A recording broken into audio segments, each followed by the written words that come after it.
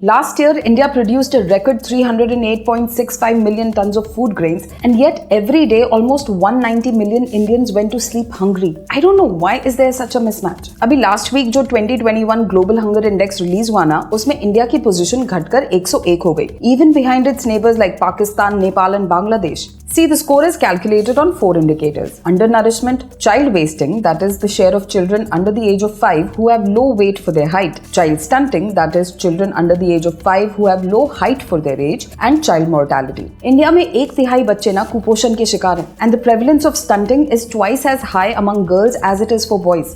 Despite food surpluses, more Indians are going hungry today as compared to the beginning of the century. India is just opening up after COVID. It's been long, hard months with the most impacted being the ones who didn't have much to start with. Across the country, we saw stories of migrant labor walking back क्योंकि lockdown की वजह से काम के कोई options ही नहीं थे उनके पास, जिसकी वजह से खाना खाने के पैसे तक नहीं बचे थे. For many school-going children across India, the lockdown meant that they went hungry. Earlier, they would at least get their midday meal at school. See, hunger cannot be combated without a strategy. And it's not that the government doesn't seem to have visions or ideas, but they seem to be collectively happy with the idea of the idea without even successfully implementing those ideas. Right now, we have a twin problem of excess supply of food grains as flagged by the RBI and an excess number of very hungry people. There seems to be something fundamentally flawed with the system that allows the pile-up of food at one end and ignores the hunger of almost 200 million people at the other. Our problem is not the lack of food. Our problem is the lack of access to food for millions. According to Amartya Sen, the situation of food and hunger in India is not improving because our delivery systems are the worst, unaccountable and non-responsive towards the most marginalized like children. And unless that is fixed, it will be impossible to address hunger. The US has this policy of feeding its people first and livestock and then export it. India does not have such a policy. So if the government were to feed all its hungry people, then India's tag of net exporting country will be lost. Apart from exports, food wastage is also one of the major problems that needs to be addressed. According to UN estimates, around 40% of India's food produced every year is either lost or wasted. The major challenge for many developing countries like India is in the process that the food undergoes before it reaches the end consumer. According to experts, lack of cold chain and proper storage facilities, transportation, adequate processing facilities, and marketing are fields where the government has failed to deliver. While significant levels of food losses occur at harvest and during post-harvest handling,